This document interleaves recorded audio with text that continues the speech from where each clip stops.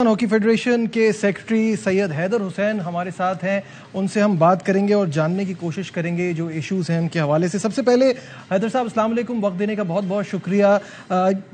ایک شاندار ماضی اور اب برا حال، اور حکومت کی سپورٹ کے بغیر ہاکی کا سروائیو کرنا کتنا مشکل ہے، کیا کہیں گے؟ جب بھی پاکستان ٹیم وکٹری اسٹینڈ بنائی ہے تو گورنمنٹ کا بہت بڑا رول رہا ہے۔ گورنمنٹ کے بغیر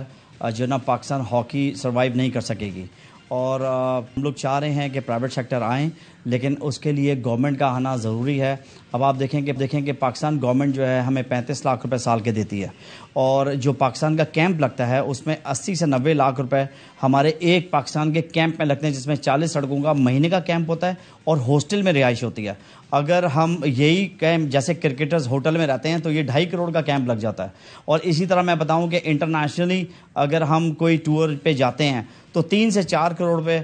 ہمیں درکار ہوتے ہیں۔ تو آپ یہ بتائیں کہ کس طرح ہم آگے سروائیو کر سکیں گے یہ نیشنل کے؟ ٹھیک ہے، آئی گیٹ یور پوائنٹ، لیکن ابھی جو یہ ہیڈ کوچ کا جانا اور یہ ایک بڑی کنٹروورسی ہے، ان کا معاہدہ کس نے کیا تھا اور یہ ایشوز کیوں آئے ان کے ساتھ؟ بالکل، یہ میرے سے پہلے آصف باجوہ صاحب نے ایگریمنٹ کیا تھا پاکستان اسپورٹ بورڈ کے ساتھ، اور پاکستان اسپورٹ بورڈ اس پہ ورک کر رہی ہے۔ اور میں سمجھتا ہوں کہ وجہ یہ ہے پیسے نہ دینے کی کہ ڈی جی نہیں تھے، ڈی جی جا چکے تھے جو کرنل آصف زمان تھے، بلکہ ان کا ڈان میں نے آرٹیکل بھی پڑھا کہ بالکل پیسے دینے چاہیے۔ اب یہ نئے ڈی جی صاحب آئے ہیں، شعیب کھوسو صاحب، اور میں سمجھتا ہوں کہ ان کے آنے کے بعد بہت بہتری آئے گی اور ان کے پیسے بھی جلدی ریلیز ہوں گے ایک میں۔ لیکن وہ تو قانونی چارہ جوئی کی بات کر رہے ہیں، کیا یہ پرابلم ایسے سالو ہو جائے گی؟ کیونکہ یہ ایک جگ ہسائی بن گئی ہے پاکستان کے لیے۔ ایکمین نے میں نہیں سمجھتا کہ پاکستان ہاکی فیڈریشن کے خلاف بولا ہے، ان کی بھی وہاں پر کراسپونڈنگ پاکستان اسپورٹ بورڈ سے چل رہی تھی۔ میں یہ اس نہج پہ آنے سے پہلے ہی میں ریکویسٹ کر رہا تھا پاکستان گورنمنٹ سے کہ جو اگر لیٹ سپوز کہ آپ اس کی پرفارمنس سے مطمئن نہیں ہیں،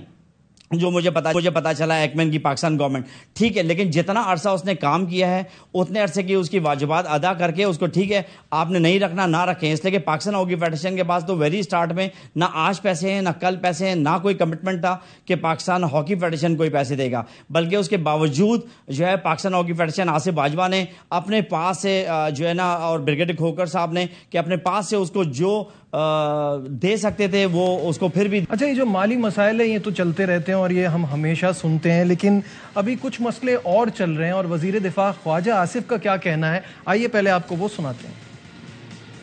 ہاکی فیڈریشن کے معاملات پچھلے 1 سال سٹینڈنگ ہے، وہاں پہ ریٹائرڈ بریگیڈیئر صاحب قابض ہیں۔ آئین کہتا ہے ہاکی فیڈریشن کا کہ ایک ٹرم کے بعد دوسری ٹرم نہیں مل سکتی، انہوں نے خود وہ ٹرم دوسری ایزیوم کر لی ہوئی ہے، باہر پھرتے رہتے ہیں، خرچہ پٹھا جو ہے وہ سرکار کے ذمہ آ جاتا ہے۔ مختلف ہماری کھیلوں کی جو فیڈریشنز ہیں ساری تباہ و برباد ہوگی، کیونکہ ان کے اندر بھی مفاد پرست لوگ اور سیاست جو ہے وہ گھس گئی ہوئی ہے، پروفیشنلزم ختم ہو گیا ہوا ہے۔ اچھا حیدر صاحب، یہ تو مجھے لگ رہا ہے خواجہ آصف صاحب خود تھوڑے مس گائیڈڈ ہیں، یہ ایک ٹرم کے بعد دوسری ٹرم کی بات کریں، 2 ٹرم تو ہو سکتی ہے، یہ معاملہ کیا ہے ذرا یہ بتائیے۔ خواجہ آصف صاحب ایک بہت معتبر انسان ہیں اور بہت سیاسی آنیسٹ ہیں خواجہ آصف صاحب، اور ان کی بڑی خدمات ہیں خواجہ آصف صاحب کی اس پاکستان میں۔ لیکن خواجہ آصف صاحب سے میں ریکویسٹ کرتا ہوں کہ وہ پاکستان ہاکی فیڈریشن کے کچھ اراکین کو بلائیں، اور دوسرا تاکہ ان کو دوسری طرف کی بھی پکچر دکھائی جائے۔ ابھی صرف ایک طرف کی پکچر دکھائی گئی ہے، میں کسی کا نام نہیں لینا چاہتا، ہمارے سارے لیجنڈ ہیں، ہمارے سارے سینئرز ہیں، میں سب کی رسپیکٹ کرتا ہوں، لیکن صرف جس دن خواجہ آصف صاحب سے ہماری ملاقات ہوگی تو ساری چیزیں کلیئر ہو جائیں گی۔ ابھی ان کانسٹیٹیوشن بھی غلط بتایا گیا کہ بریگیڈیئر کھوکھر صاحب جو ہے 4 سال کے لیے ہو چکے ہیں، اس کے بعد وہ as per constitution second tenure نہیں کر سکتے، لیکن ہمارے جو